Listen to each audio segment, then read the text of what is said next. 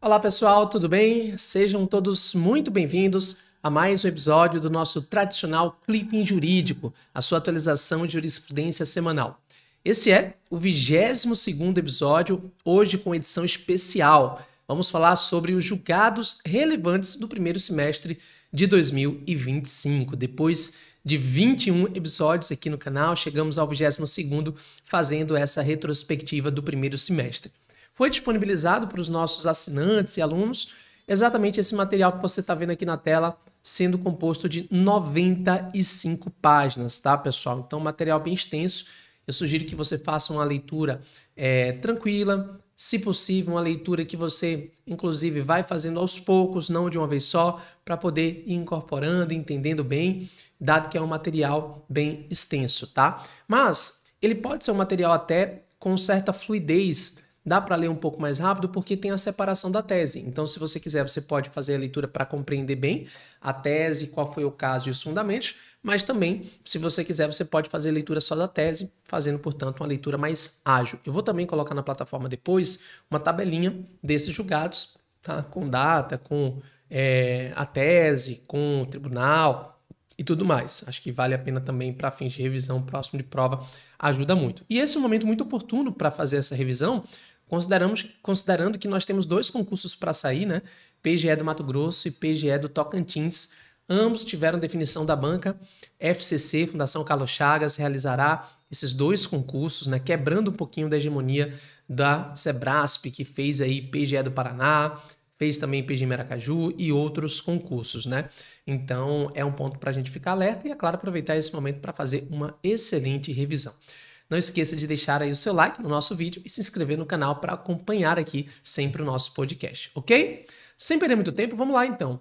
Eu vou focar aqui mais nas teses, então vai ser um pouco mais rápido do que normalmente a gente faz, em termos individualmente ali em relação a cada julgado, exatamente para ter essa fluidez e a gente acabar dentro de um tempo razoável, já que são 95 páginas, tudo bem?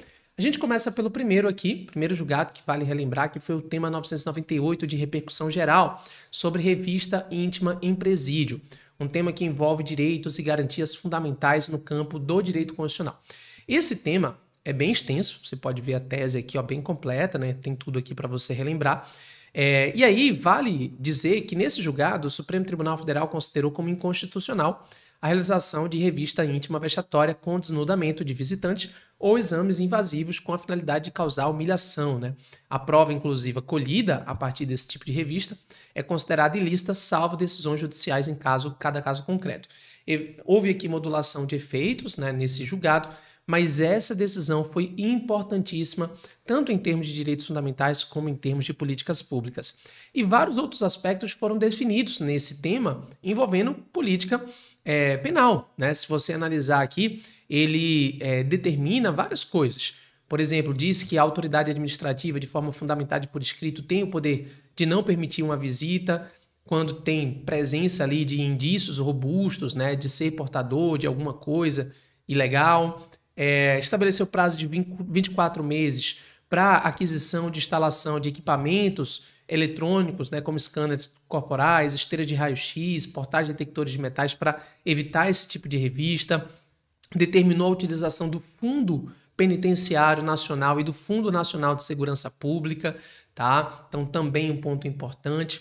Estabeleceu ainda deveres aos entes federativos, né? O dever, por exemplo, de garantir a aquisição desses equipamentos dentro de um planejamento administrativo e orçamentário como prioridade de recursos, e excepcionalmente, na impossibilidade de usar aí esses equipamentos, a revista íntima para ingresso deve ser ali motivada para cada caso específico e depende da plena concordância do visitante, sendo vedado em qualquer circunstância a execução da revista como uma forma de humilhação e exposição vexatória, sendo realizado em local adequado, exclusivo para essa verificação e apenas em pessoas maiores e que possam emitir consentimento válido para si ou por meio do seu representante legal, preferencialmente por meio de profissional de saúde. O excesso acarreta responsabilidade.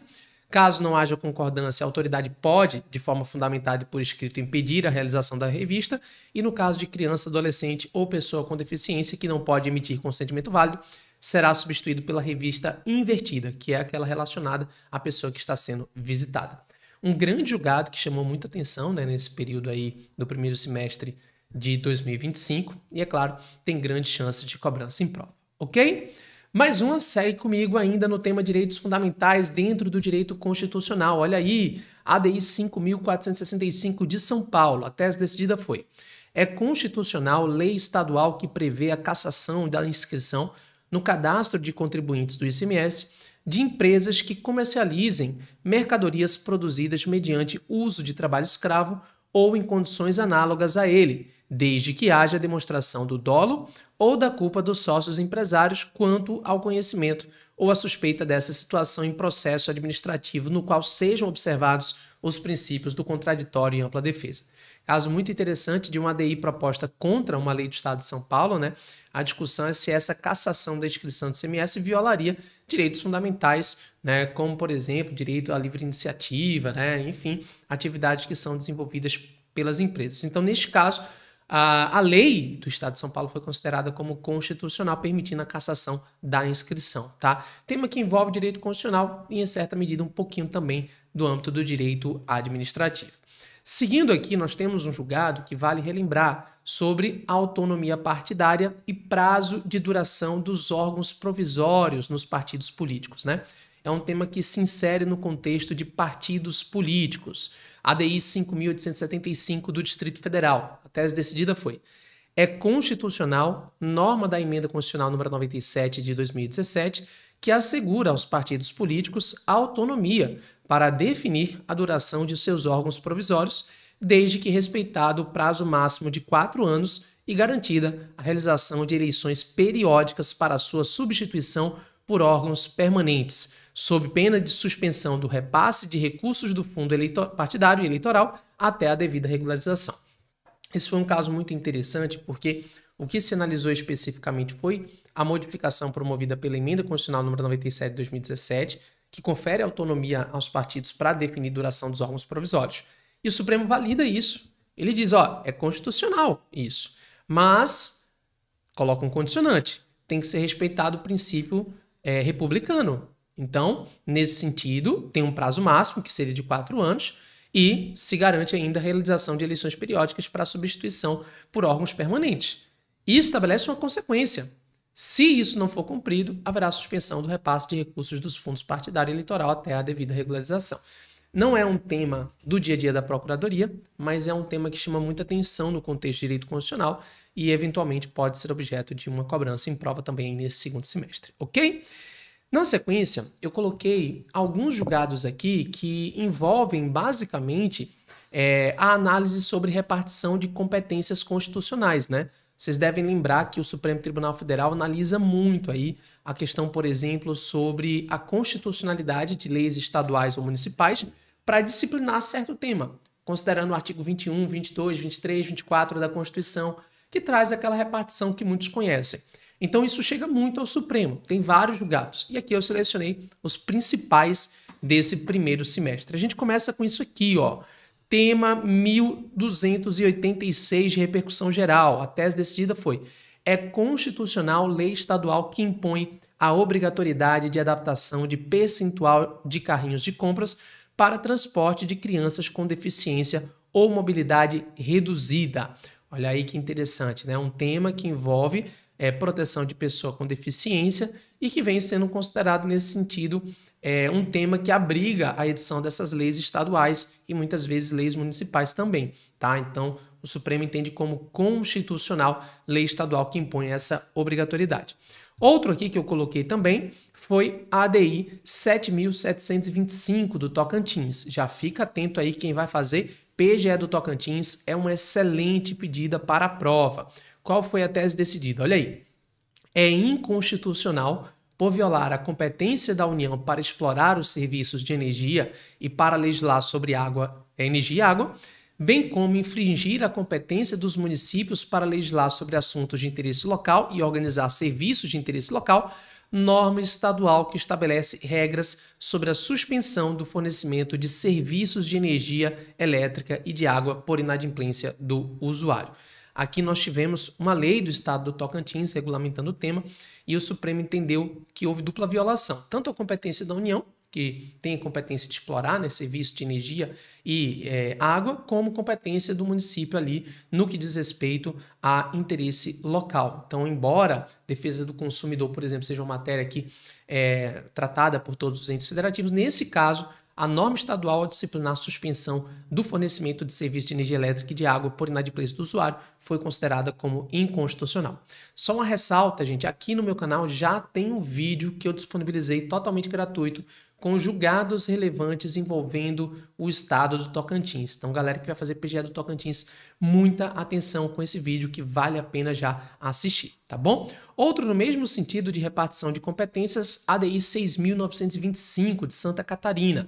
A tese decidida foi: é inconstitucional por usurpar a competência da União para legislar sobre as diretrizes e bases da educação nacional decreto estadual que proíbe o uso da linguagem neutra de gênero nas instituições de ensino e nos órgãos públicos. É importante dizer que tem vários julgados nesse sentido no âmbito do Supremo Tribunal Federal, considerando lei tanto estadual como municipal que proíbe a utilização de linguagem neutra como inconstitucional. Inclusive, né, nós estamos aí fazendo um trabalho bem interessante para a PGM de Uberlândia, tem um vídeo já aqui no canal também sobre julgados envolvendo Uberlândia, em que um caso do município de Uberlândia, a lei de Uberlândia foi também questionada e foi declarada inconstitucional pelo Supremo. O Supremo normalmente declara inconstitucionalidade exatamente com base no artigo 22, inciso 24, que prevê a competência da União para legislar sobre diretrizes e bases da educação nacional. Tudo bem, pessoal? Então, ponto aí muito importante. Na mesma linha, outro julgado aqui que chama muita atenção para uma possível cobrança em prova de procuradoria foi a DPF 1066 de Minas Gerais. Vale relembrar, a tese decidida foi: é inconstitucional por violar a competência privativa da União para legislar sobre direito processual, artigo 22, inciso 1, norma municipal que isenta de pagamento de honorários de sucumbência os contribuintes que aderirem ao Programa Especial de Regularização Tributária, o PERT, e desistirem das ações judiciais que tratem dos débitos que são objeto do referido programa. Bem, basicamente aqui era uma lei de Patinga, Minas Gerais, que estabelecia a dispensa de honorários com adesão a esse programa de regularização tributária.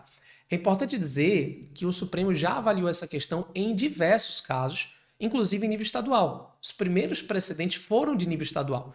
O Supremo vem entendendo pela inconstitucionalidade de norma estadual ou norma municipal que dispensa honorários por ser matéria de direito processual civil, que seria competência da União. Então, o Supremo utiliza o artigo 22, inciso 1 da Constituição Federal. Nesses julgados, o Supremo não entra no mérito de dizer que os honorários são dos advogados públicos, tá? Eles não chegam a abordar esse ponto, mas ele afirma lá ser competência privativa da União. Um ponto importante desse julgado é que ele avaliou especificamente no âmbito municipal, né? A maioria dos julgados de 2024 eram sobre nível estadual. Então, fica aí essa dica. Mais uma, ADI 4.268, ainda sobre questão relacionada aí à repartição de competências. Olha a tese. É constitucional e não destoa do modelo do diploma federal, nem usurpa a competência privativa da União para legislar sobre condições para o exercício de profissões, lei estadual que estabelece vedações à realização de exames optométricos, à manutenção de equipamentos médicos e à venda sem prescrição médica de óculos de grau e lentes de contato no interior dos estabelecimentos comerciais denominados óticas ou estabelecimentos congêneres, desde que essas proibições não alcancem os profissionais optometristas de formação técnica de nível superior. Esse julgado saiu no último informativo, né? Ele é bem recente e basicamente considera como constitucional a lei estadual com esse tipo de vedação, desde que não alcance profissional com formação técnica de nível superior na área. Tá? Então, é um ponto também importante sobre repartição de competências constitucionais. Nesse caso, né, o Supremo considerou que a norma estadual não estaria violando a norma federal por estar, na verdade, alinhada ao seu teor. Tá bom? Bem, saindo um pouquinho dessa questão de repartição de competências constitucionais, que é algo que sempre surge de maneira muito concreta nos julgados do Supremo e do STJ, a gente vai agora para a parte de poder processo legislativo, que é algo muito bom, né? Muito possível de cobrança, e nós tivemos bons julgados, tá? Começando por duas ADIs que foram julgadas, uma de Santa Catarina e outra do Tocantins, então já toma cuidado aí, galera, que vai fazer Tocantins, olha aí, atenção, né? Qual foi a tese decidida?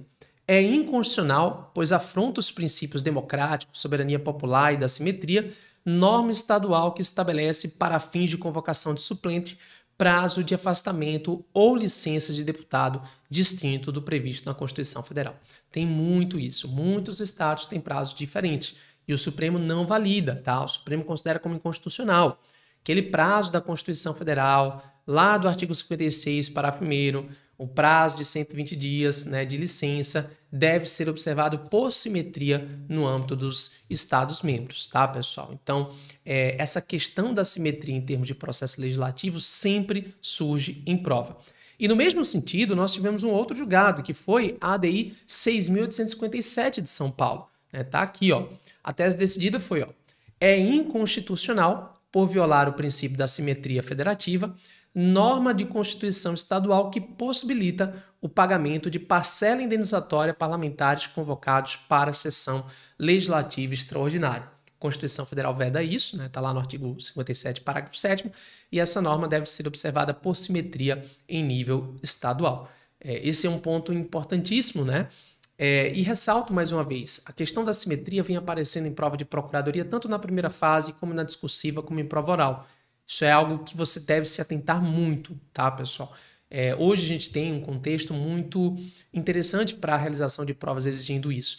E é importante dizer que nem tudo é simetria, né? Tem vários julgados em que o Supremo dá uma certa autonomia ao ente federativo. Vide, por exemplo, o caso de medida provisória em nível estadual, que pode ser instituído ou não, mas nos limites da simetria.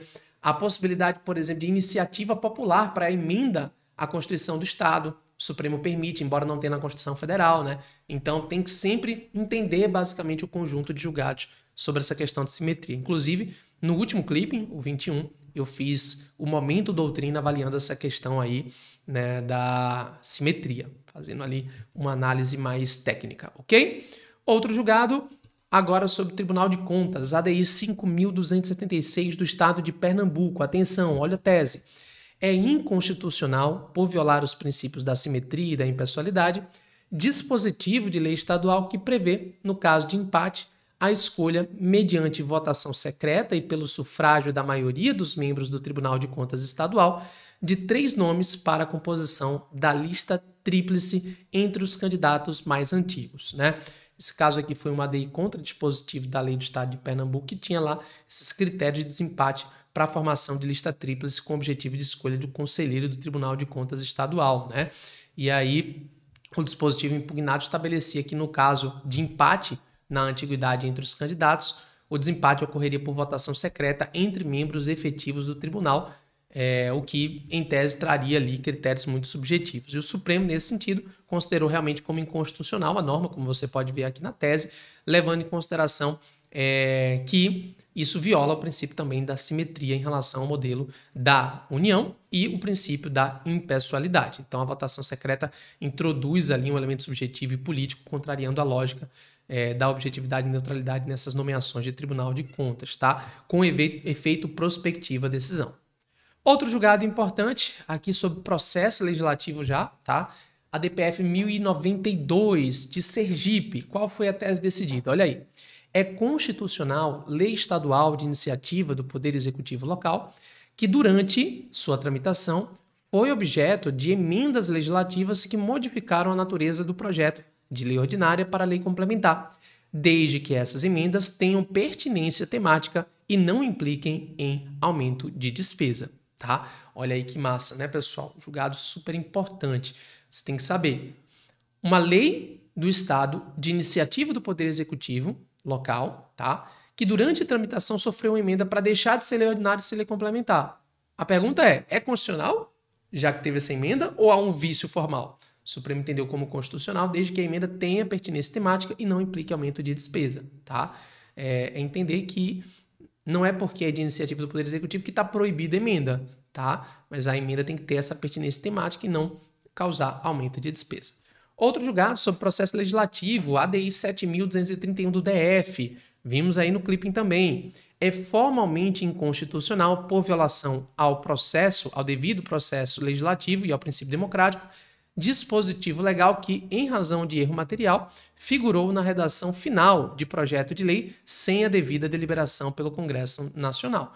Então, a inclusão de um dispositivo sem deliberação do Congresso gera, evidentemente, inconstitucionalidade, mesmo que por um mero erro material, tá? Então, é um ponto importante aí que também vale a pena destacar em termos de processo legislativo. Tá gostando? Não esqueça aí de deixar o seu like no nosso vídeo, se inscrever no canal. Sempre estamos aqui trazendo para você conteúdo de qualidade e relevância quando o assunto é concurso de procuradoria e eu espero que você esteja gostando de nos acompanhar por aqui. Ó, sem perder muito tempo, o próximo que nós vamos falar agora é a ADI 7.463 do DF. Olha aí também mais um ponto importante envolvendo, de certa maneira, simetria, mas também poder executivo. Olha aí, a tese decidida foi: é inconstitucional por violar o princípio da simetria e os princípios constitucionais sensíveis, norma de Constituição Estadual que deixa de prever a perda do cargo de governador e de vice-governador que se ausentem sem autorização da Assembleia Legislativa por mais de 15 dias. Ponto importantíssimo, né?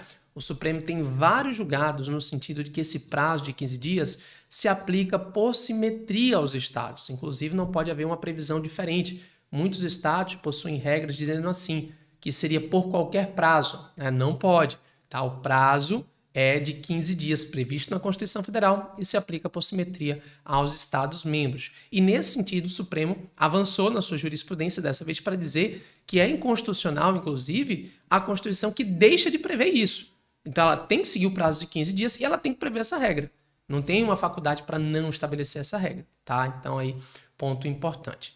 Se eu pudesse apostar em algo para as próximas provas, sem sombra de dúvidas, eu iria aqui, ó, no tema 1156 de repercussão geral, sobre pagamento por RPV e proibição de fracionamento. Pô, Marcílio, mas tem a ver com o direito constitucional? Tem, né? Precatório, artigo 100 da Constituição Federal e outros dispositivos esparsos.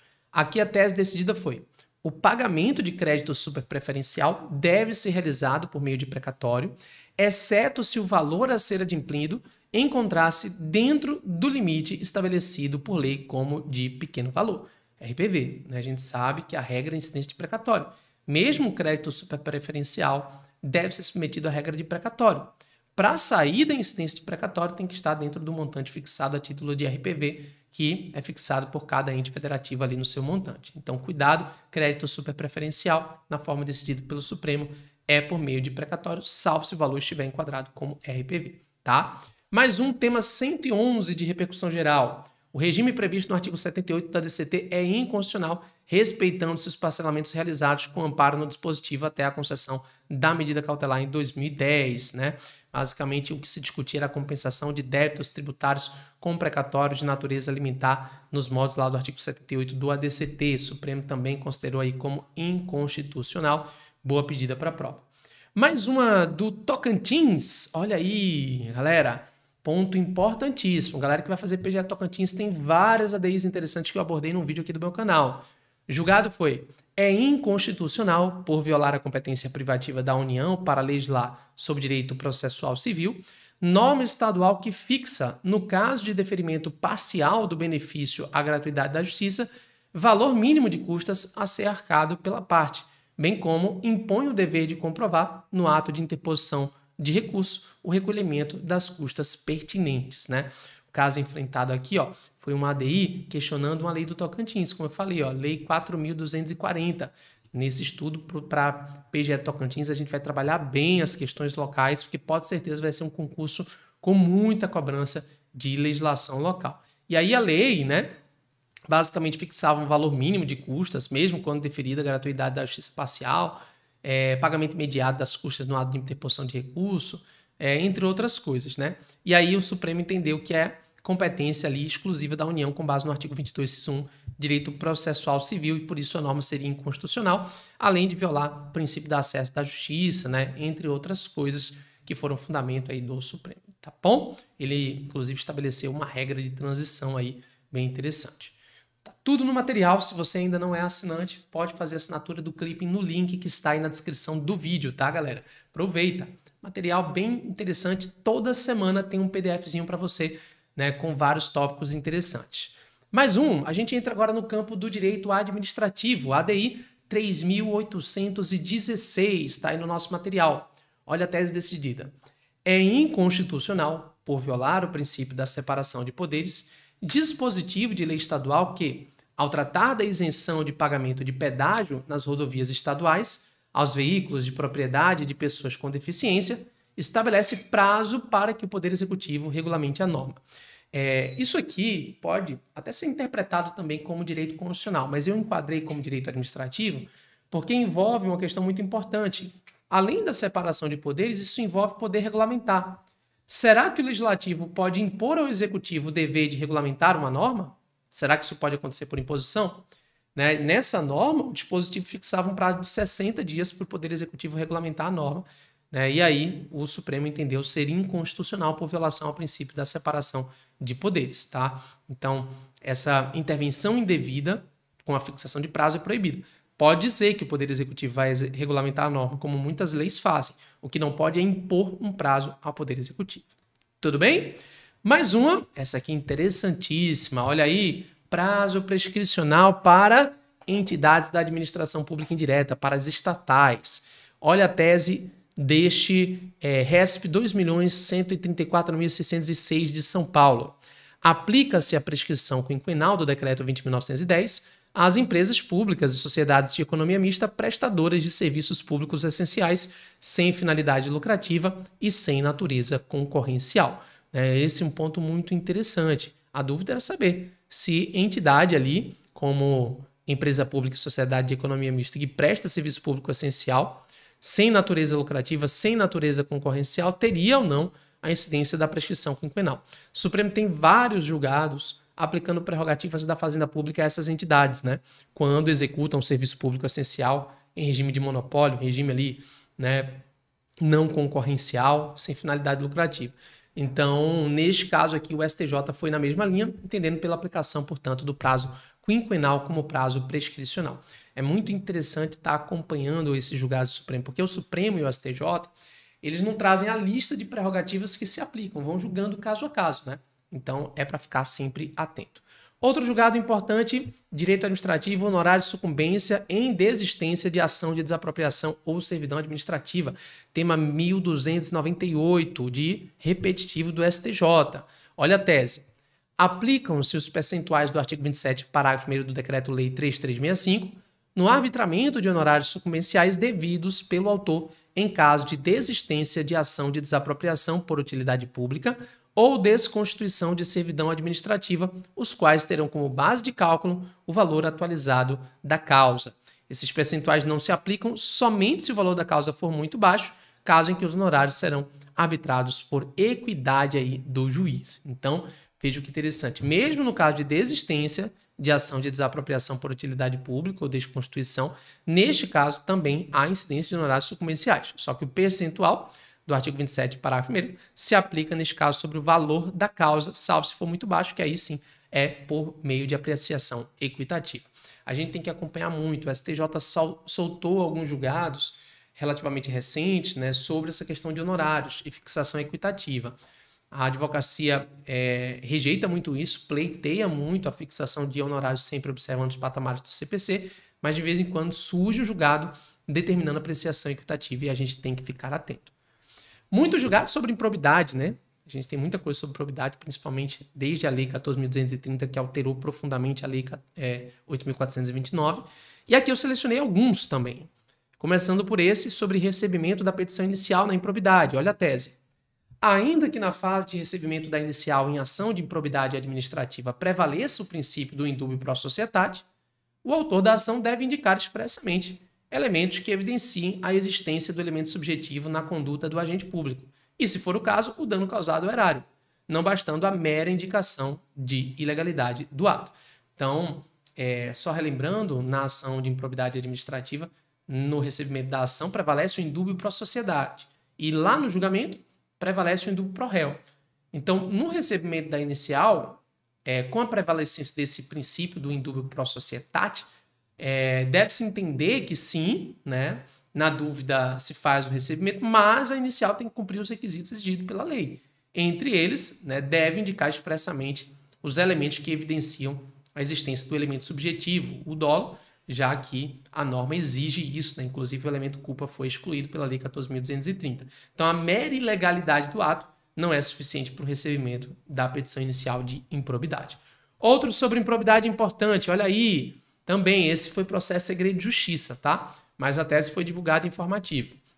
A conversão de ação de improbidade administrativa em ação civil pública, prevista no artigo 17, parágrafo 16 da Lei 8.429, deve ocorrer no primeiro grau de jurisdição, antes da sentença, conforme interpretação teleológica e sistemática do dispositivo, com competência atribuída ao magistrado de primeira instância e decisão de conversão sujeita ao agravo de instrumento, conforme previsto no parágrafo 17 do mesmo artigo. Então, veja, não é possível fazer a conversão dessa ação em sede recursal, por exemplo. Tem que ser no primeiro grau de jurisdição e antes da sentença, para que a parte tenha a possibilidade de exercer o direito ao contraditório e ampla defesa, tá? Então, esse é um excelente também julgado aí para fins de prova no campo da improbidade administrativa. Partindo agora um pouquinho aqui para o tema de agentes públicos, algo que sempre surge no contexto, né, de concursos de procuradorias tem a ver com a criação de cargos e funções de confiança ou em comissão. Eu trouxe aqui para vocês esse julgado que envolveu duas ADIs, a ADI 6.887 de São Paulo e a ADI 6.918 de Goiás. Qual foi a tese decidida? As atribuições do cargo em comissão devem ser adequadas ao princípio da livre nomeação e investidura, ao vínculo de confiança entre os seus ocupantes e aqueles que o nomeiam, e destinadas apenas às atribuições de direção, chefia e assessoramento, além de guardar proporcionalidade em relação aos cargos efetivos. Pode parecer uma besteira, né? Porque isso decorre da própria Constituição, está no artigo 37, inciso 5. Mas o Supremo teve que deixar isso muito expresso. Criação de cargo em comissão pressupõe vínculo de confiança, somente pode ocorrer para a função de direção, chefia e assessoramento, não cabe para a função burocrática e deve guardar a proporcionalidade com os cargos efetivos. Um órgão público não pode ter ali somente cargo em comissão, nem pode ter, né, um percentual enorme e quase nenhum cargo efetivo, tá? Então, imposição aí da Constituição Federal e reforço pelo Supremo Tribunal Federal. Mais um julgado na tela, olha aí, um recurso em mandado de segurança, tá? A tese decidida foi: anulação de questões de concurso público em razão de decisão judicial proferida em ação individual não tem efeito erga omnes, não sendo possível reabrir o certame para a distribuição de pontos e a reclassificação de todos os candidatos. Esse é um ponto importante. Muitas vezes o candidato impetra um mandado de segurança, né, e os outros candidatos gostariam de ter o mesmo benefício. O entendimento do STJ é de que o mandado de segurança, no caso de controle judicial, né, de questões de concurso, não tem efeito erga omnes, beneficia, portanto, somente o respectivo impetrante, então tem que ajuizar a ação para ser beneficiado dele, tá? Outro aqui, a cassação de aposentadoria de servidor público como consequência da perda da função pública por ato de improbidade administrativa é admissível, mesmo sem previsão expressa na lei de improbidade administrativa, não configurando confisco ou enriquecimento ilícito do Estado. Isso é um ponto interessante. Quando você vai na Lei 8.429, mesmo com as alterações da Lei 14.230, não há uma previsão expressa para a pena de cassação de aposentadoria. Existe perda da função pública, né? Mas o cara já está aposentado, então não é a mesma coisa. Só que o entendimento aqui nesse caso foi de que, mesmo sem estar expresso, né, essa possibilidade de caçar a aposentadoria é uma consequência natural da improbidade, tá? É uma consequência natural por uma interpretação sistemática, portanto, da lei. Logo, é possível sim pena de cassação de aposentadoria de servidor público em sede de ação de improbidade administrativa. Mais uma, a DPF 1132, olha aí, no exercício de sua autonomia legislativa para disciplinar o regime jurídico dos servidores, o município não pode restringir o período de férias, sob o fundamento de que o servidor esteve em licença para tratamento de saúde. Isso aqui foi uma DPF proposta contra a lei do município de São Bernardo do Campo, e a discussão era porque a lei previa que o servidor que tinha ali usufruído de licença para tratamento de saúde teria suprimido, portanto, seu direito de férias. E o Supremo rechaça isso. O direito de férias é um direito constitucional, é um direito assegurado, né? Então você não pode nem retirá-lo, nem diminuí-lo, como, por exemplo, a lei fazia, reduzindo para 20 dias. O fato de tirar a licença para tratamento de saúde não equivale a férias e não pode haver, portanto, uma compensação entre eles, tá? Outro ponto importante, tema 1233. Atenção, olha aí. O abono de permanência, dada sua natureza remuneratória e permanente, integra a base de incidência das verbas calculadas sobre a remuneração do servidor público, tais como o adicional de férias e a gratificação natalina, o 13º. Então, o Supremo reconheceu que abono de permanência tem natureza remuneratória e permanente, e por isso ali faz parte da base de cálculo de direitos constitucionais como férias e 13º, tá? Tema super importante que tem a ver com agentes públicos, né?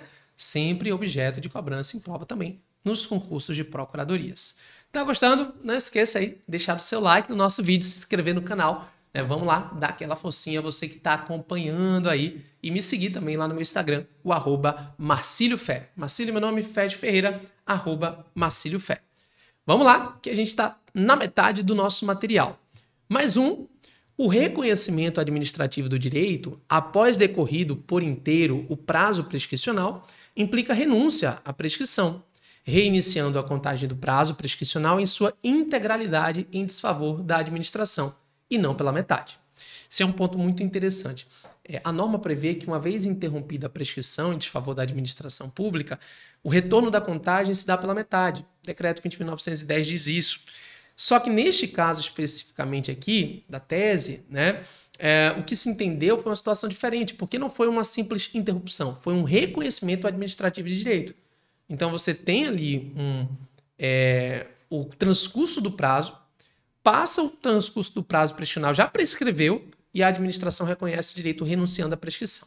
Então, primeiro ponto, admite-se a renúncia de prescrição por parte da administração pública, segundo o STJ. Segundo ponto, quando há essa renúncia, volta a contar, mas não volta pela metade, não. Volta pela integralidade, por não ser uma mera interrupção, tá, pessoal? Julgado interessantíssimo aí também para fins de prova. Outro julgado importante, atenção, olha aí, a contratação temporária de terceiros para atender necessidade transitória de excepcional interesse público, nos termos do artigo 37.9 da Constituição Federal, não configura por si só a preterição dos candidatos regularmente aprovados, nem a existência de cargos efetivos vagos. Esse é um ponto importante, porque muitas vezes nós temos a judicialização exatamente por ter uma contratação temporária de terceiros. E o que entendeu aqui o STJ? Entendeu que só o simples fato de ter a contratação temporária não significa necessariamente que há preterição de candidato ou existência de cargo efetivo vago.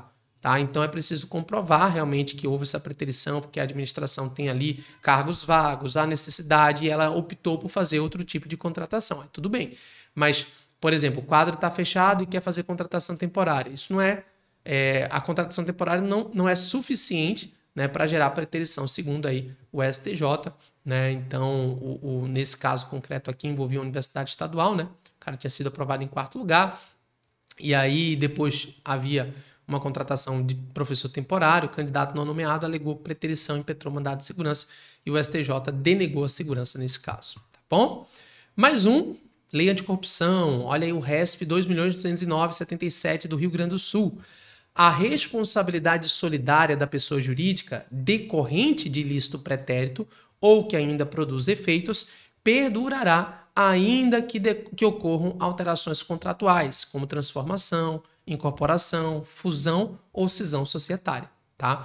Então, assim, a lei anticorrupção, que é a lei 12.846, né, estabelece a responsabilidade dessas pessoas jurídicas por atos lesivos à administração pública. E aí a dúvida é se seria possível afastar a responsabilidade da empresa sucessora por atos da empresa sucedida em virtude dessas operações empresariais, como transformação, incorporação, fusão, cisão societária. O STJ entendeu que não, tá? Perdura ainda que haja alteração contratual. Então, ponto importante também aí nesse ponto. Uma que eu achei interessantíssima, né, quando saiu até no informativo, foi essa aqui, da prova oral anulada e refeita. Né? A tese decidida foi: o candidato que teve prova oral anulada por erro na arguição e posteriormente refeita, ao obter nota inferior anteriormente atribuída, não tem direito à manutenção de nota anulada, por se tratar de ato nulo sem efeitos jurídicos. Só para você entender, o cara tinha feito prova oral, ele argumentou que havia uma ilegalidade, impetrou um mandado de segurança, a prova foi anulada, porque cobraram um ponto que não estava no edital, e aí ele fez uma outra prova. Na outra prova, ele tirou uma nota menor. Aí que foi que ele quis? Ele quis manter a nota da prova anterior, né? E aí o STJ rechaçou isso, né? Negou o provimento ao recurso, tá bom? Só para que vocês saibam. Entrando no campo do direito tributário, a DPF 351 de São Paulo, relembrando aí, ó, não foram recepcionados pela Constituição Federal de 88, pois violam a garantia individual dos contribuintes, que veda a exigência ou aumento de tributos sem lei em sentido estrito, dispositivo de lei municipal que transfere ao prefeito, sem quaisquer parâmetros, o poder de definir mediante decreto os valores das taxas instituídas pelo Código Tributário do município. Então, no caso, uma lei do município de Morro Agudo que, ali no estado de São Paulo, permitia que o prefeito fixasse o valor das taxas mediante decreto, um elemento que faz parte da regra matriz de ciência tributária e precisa estar previsto em lei. Então, o Supremo entendeu aí que essa norma seria inconstitucional porque haveria necessidade de previsão em lei. Tema 1383, de repercussão geral, vale relembrar também, olha aí, o princípio da anterioridade geral e nonagesimal se aplica às hipóteses de redução ou de supressão de benefícios ou de incentivos fiscais que resultem em majoração indireta de tributos, observadas as determinações e as exceções constitucionais para cada tributo. Também é um ponto importante aí, uma consolidação de jurisprudência nesse tema 1383 de repercussão geral. Outro, esse até chama muita atenção também para a prova, ADI 5.894 do DF, olha a tese. É constitucional e não invade a competência reservada à lei complementar em matéria tributária, nem ofende o princípio da isonomia tributária, norma que dispensa a comprovação do pagamento do ITCMD como condição para a lavratura de formal de partilha ou elaboração de carta de adjudicação em enrolamento sumário, que é aquele procedimento mais ágil, né? Então, o Supremo considerou como constitucional essa norma que dispensa a comprovação do ITCMD. O fisco tem outras formas de fazer a respectiva cobrança, né? Embora o imposto seja devido, essa dispensa da comprovação foi considerada como válida, o Supremo julgou improcedente a ADI e declarou a constitucionalidade do dispositivo. Há incidência da norma, mas a obrigatoriedade de comprovação foi o que foi dispensado pela norma, tá? Outro ponto importante, RESP 2.178.201 do Rio de Janeiro, olha aí. O exercício do direito de petição do indébito tributário está sujeito ao prazo de 5 anos contado do trânsito em julgado da decisão judicial, admitindo-se apenas a sua suspensão entre a data do pedido de habilitação do crédito e da ciência do despacho de deferimento, tá? Então aqui a dúvida era sobre a incidência de prazo, né, considerando aí esse direito de compensação decorrente do trânsito em julgado de decisão judicial. Então 5 anos contado do trânsito, mas admite-se a suspensão a partir do momento de habilitação do crédito e ciência do despacho de deferimento quando se busca essa tentativa de compensação pelo PERD-COMP no plano federal. Outro importante, a ADI 4.065 do DF, olha aí, é inconstitucional por invadir a competência legislativa da União para dispor sobre normas gerais e por violar a separação dos poderes e a autonomia do DF, dispositivo da Lei Orgânica do Distrito Federal que proíbe a concessão, no último ano de cada legislatura, de isenções, anistias, remissões, benefícios e incentivos fiscais envolvendo matéria tributária e previdenciária. É uma previsão bem ampla que basicamente proíbe diversos atos no último ano de cada legislatura. Até tem uma intenção interessante, né, de impedir a utilização dessas medidas com a finalidade eleitoreira, mas o Supremo entende como inconstitucional essa disposição por invadir a competência da União para dispor sobre normas gerais, né, e violar ali a separação de poderes, né? O Supremo considerou as normas gerais no poder de tributar estariam sendo violadas nesse campo, tá? Outro julgado importante aqui, processo de segredo de justiça, olha a tese. Nas relações entre herdeiros, havendo fixação de indenização pelo uso exclusivo do imóvel, não é possível desconto adicional dos valores de IPTU do quinhão do ocupante, sem prévio acordo, sob pena de dupla compensação pelo mesmo fato, enriquecimento sem causa, né? Então aqui é um ponto interessantíssimo também que envolve um pouquinho de direito tributário, mas envolve também um pouquinho de direito civil, né? Então ele diz o seguinte, nessas relações entre herdeiros, quando se tem uma fixação de indenização pelo uso do imóvel, não é possível fazer ali o desconto adicional dos valores de IPTU do quinhão do ocupante, sem um prévio acordo, porque isso seria uma dupla compensação pelo mesmo fato e enriquecimento sem causa, tá? Então, ponto aí também importante para a prova. ADI 5.699, olha a tese. É inconstitucional por violar os princípios da reserva legal e da exclusividade das leis tributárias, norma estadual que permite ao governador autorizar, mediante decreto, a realização de compensação ou transação, conceder anistia, remissão, parcelamento de débitos fiscais, moratória e ampliação do prazo de recolhimento do tributo, né? Aqui era uma discussão quanto à lei do Amapá que fazia essa autorização ao Poder Executivo por meio de decreto para realizar essas compensações, né, e tudo mais de uma maneira bem ampla. Então, se alegava a violação ao princípio da legalidade e, inclusive, parâmetros da Lei de Responsabilidade Fiscal.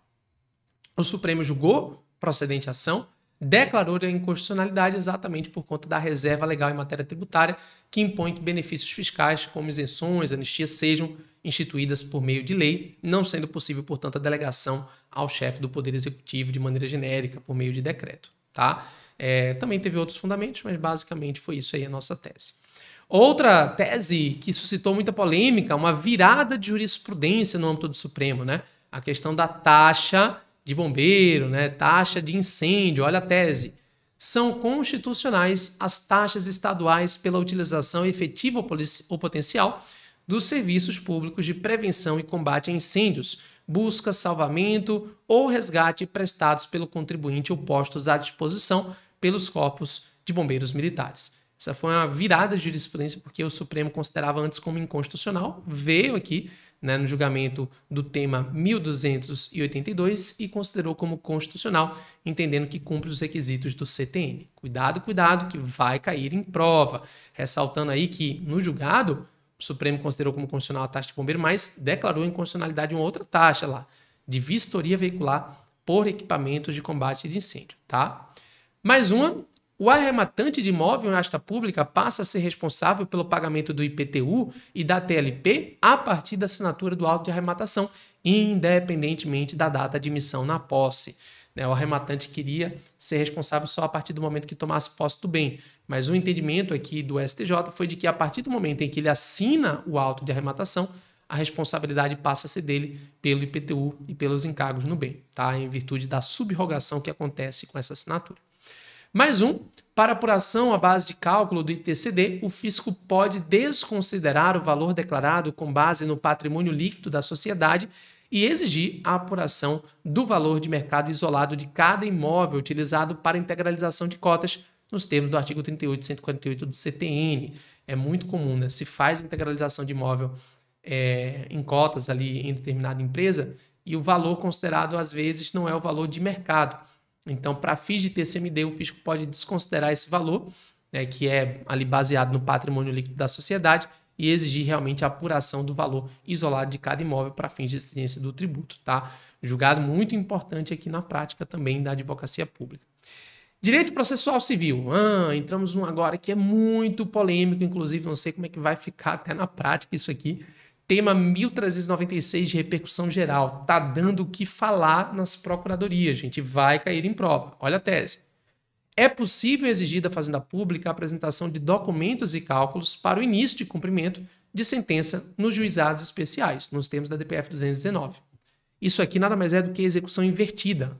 Execução invertida acontece quando se exige da Fazenda Pública a elaboração dos cálculos ao invés do requerente. É possível execução invertida nos juizados especiais, tá? No procedimento comum se rechaça isso. O Supremo ainda considerou como fática a controvérsia sobre a hipossuficiência da parte credora no caso concreto, né? Mas cuidado, execução invertida em juizado é possível, no procedimento comum a execução é dever do credor apresentar seus respectivos cálculos. Mais um, governador e secretário da Fazenda não ostentam legitimidade para figurar no polo passivo do mandado de segurança que questione a exigibilidade de tributos. É muito comum impetração de mandado de segurança contra ato de governador ou secretário de Fazenda para questionar a exigibilidade de tributo. Mas o Supremo e o STJ entendem ali ambos que mandado de segurança contra governador ou secretário acaba sendo indevido, tá? Por ilegitimidade. Governador e secretário não são as partes responsáveis pela autuação, pelo lançamento do tributo. Então, muitas vezes o mandado de segurança é utilizado contra esses dois para alterar a competência, jogar para o tribunal e tudo mais, né? Não pode, tá? O Supremo rechaçou isso, o STJ também. Tema 1220 de repercussão geral. É formalmente constitucional o parágrafo 14 do artigo 85 do CPC, no que diz respeito à preferência dos honorários advocatícios, inclusive contratuais, em relação ao crédito tributário, considerando-se o teor do artigo 186 do CTN. Uma discussão básica sobre a constitucionalidade do CPC quanto à preferência de honorários advocatícios. A dúvida é porque não seria uma lei complementar, né, mas sim uma lei ordinária. Então, saber se o CPC poderia prever essa preferência dos honorários. E o entendimento foi de que poderia sim, considerando-se o que tem, inclusive, no próprio CTN. Tá? Então, o próprio CTN já excepciona a preferência de crédito decorrente da legislação do trabalho e honorários estaria nesse contexto, segundo o STF. Mais um, RESP 2.184.896 de Pernambuco. Tese decidida. Não incumbe ao juízo da execução fiscal condicionar o deferimento da penhora a comprovação de que a constrição judicial almejada não compromete o sorrimento da empresa executada que se encontra em recuperação judicial ou mensurar a relevância do bem para a manutenção das atividades da recuperanda. Isso caiu na prova oral da PGE do Paraná, inclusive, mesmo o STJ tendo reforçado o julgado posteriormente, né? Já tinham alguns julgados no mesmo sentido.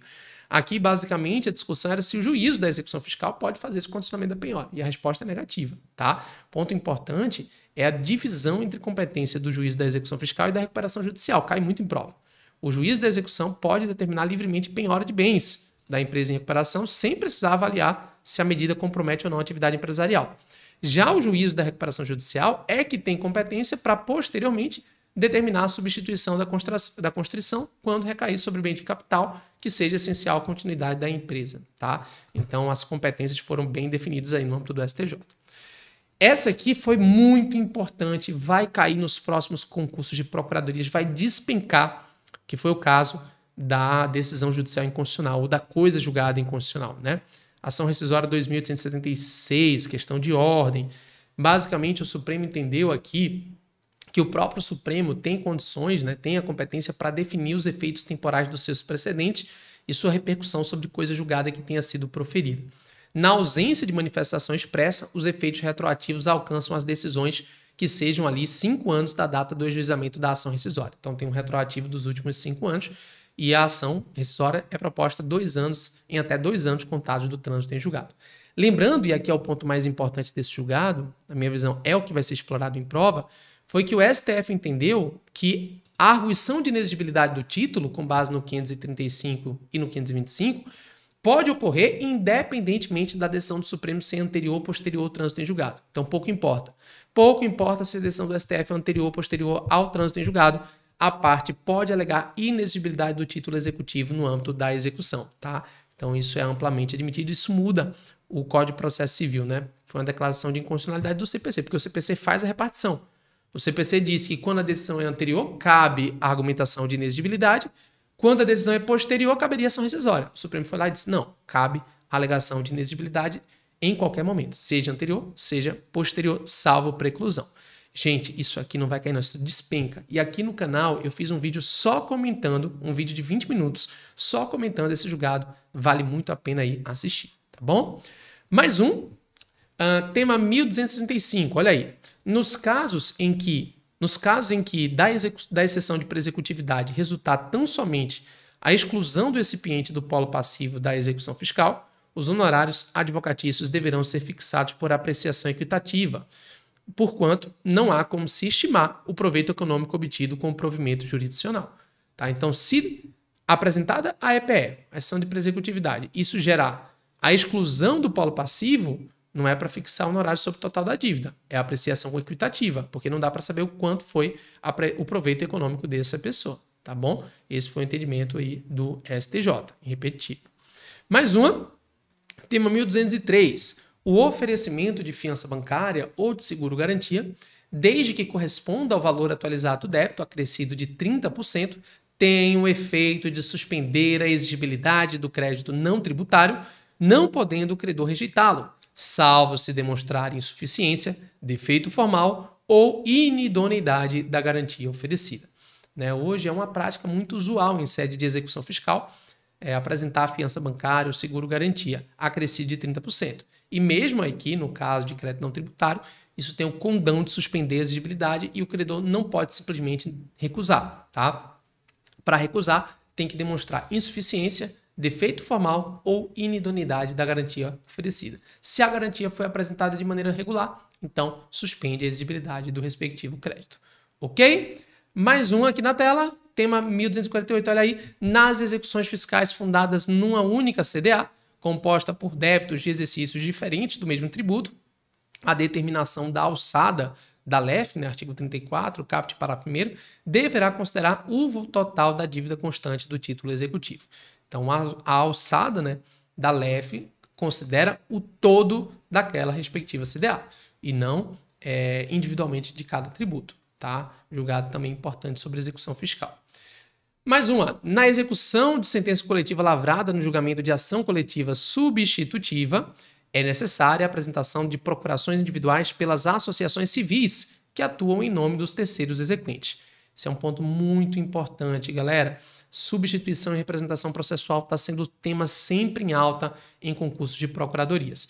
Lembrando que na representação há uma limitação subjetiva do título aos associados, na substituição não há. Mas hoje, o que o STJ entende é que a execução coletiva, aquela execução que é proposta na própria ação coletiva, por associação civil, mesmo que em sede de atuação substitutiva, exige a apresentação de procuração individual, tá?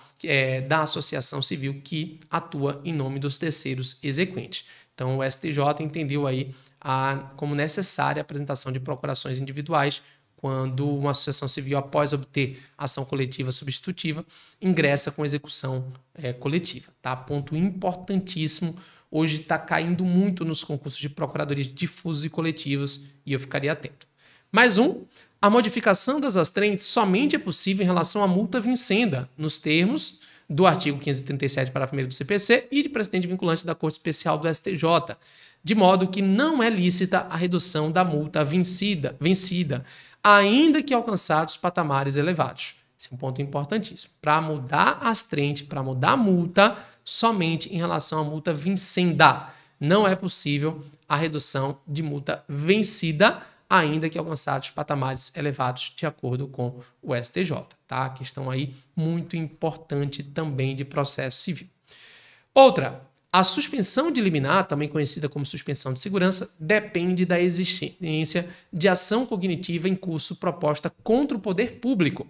Esse caso foi interessante, né? Suspensão de liminar, suspensão de segurança é sempre tópico que tem grande incidência em concurso de procuradoria. E aqui buscava-se uma suspensão de liminar quando o poder público era autor. Na verdade, era uma concessionária prestadora de serviço público, né? Ela era autora e aí ela queria suspender a decisão que havia sido desfavorável a ela. O STJ entende que só cabe suspensão de liminar se houver uma ação cognitiva proposta contra o poder público. Vale destacar que o STJ exige que seja cognitiva. O STJ tem rechaçado suspensão de liminar em execução. O STJ entende que não cabe suspensão de liminar em suspensão, tá? Cuidado em execução, cuidado com isso. Outro, o pedido superveniente de gratuidade da justiça formulado após a primeira manifestação dos autos não precisa vir acompanhado de prova da alteração da condição econômica do requerente.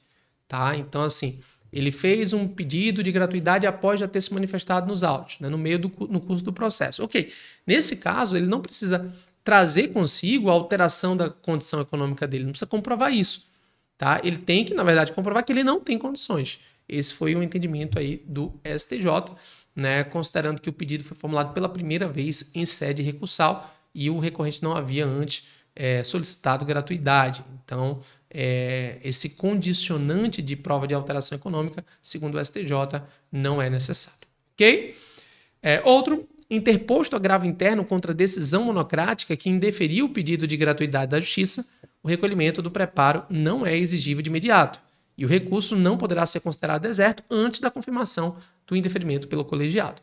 É claro, porque senão a pessoa estaria inviabilizada de exercer o direito. Então, ela não precisa recolher o preparo para interpor o respectivo recurso, dado que ela ali ainda está discutindo a matéria que vai viabilizar o exercício do direito dela. Então, o STJ entende que não precisa fazer o recolhimento de imediato, só depois da confirmação é que fica obrigado ali ao pagamento das custas. Tema 1311, também importantíssimo. O curso do prazo prescricional da obrigação de pagar quantia certa pela Fazenda Pública não é suspenso durante o cumprimento de obrigação de implantar em folha de pagamento imposta na mesma sentença. Então, imagine, tem uma sentença, tem um título executivo, tem a obrigação de pagar e fazer. Aí a parte apresenta cumprimento de obrigação de fazer, que é implantar em folha de pagamento, mas não apresenta pedido de obrigação de pagar. Pode prescrever, porque não interrompe.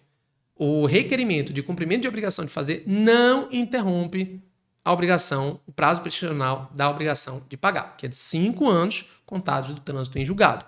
Então, cuidado. Se a parte pede a obrigação de fazer e não pede a obrigação de pagar, pode ficar prescrito se ultrapassados os prazos de 5 anos do Decreto 20.910. Tema 1313, olha aí. Nas demandas em que se pleiteia do poder público a satisfação do direito à saúde, os honorários advocatícios são fixados por apreciação equitativa, sem aplicação do CPC, nesse ponto, né? O STJ entendeu que não há como mensurar, neste caso, a pretensão econômica em demanda de direito de saúde, né? E por isso, entendeu que a aplicação dos honorários se dá de maneira equitativa. Sempre polêmico, julgado nesse sentido, mas vale destacar. Tema 1261, também importante, sobre bem de família. A exceção à imperabilidade do bem de família nos casos de execução de hipoteca sobre imóvel restringe-se às hipóteses em que a dívida foi constituída em benefício da entidade familiar. E em relação ao ônus da prova, nós tivemos aqui uma divisão bem feita, né? Se o bem foi dado em garantia real por um dos sócios da pessoa jurídica, é em regra impenhorável, cabendo ao credor o ônus de comprovar que o débito da pessoa jurídica se reverteu ali em benefício da entidade familiar. Caso os únicos sócios da sociedade sejam os titulares do imóvel hipotecado, a regra é da penhorabilidade do bem de família, competindo aos proprietários demonstrar que o débito da pessoa jurídica não se reverteu em benefício da entidade familiar. Então, aí um bom caso, né, sobre bem de família. Não é muito comum, tá, em concurso de procuradoria, questões sobre bem de família, mas já caiu, e até porque tem um certo impacto também em sede de execução fiscal, então pode ser uma boa, por isso que eu coloquei no material para vocês. Outro também, o Instituto da Desconsideração da Personalidade Jurídica, previsto no artigo 50 do Código Civil, não se presta para atribuir responsabilidade patrimonial a terceiros que não têm qualquer espécie de vínculo jurídico com as sociedades atingidas, ainda que se cogite da ocorrência de confusão ou desvio patrimonial, a ensejar suposta fraude contra credores.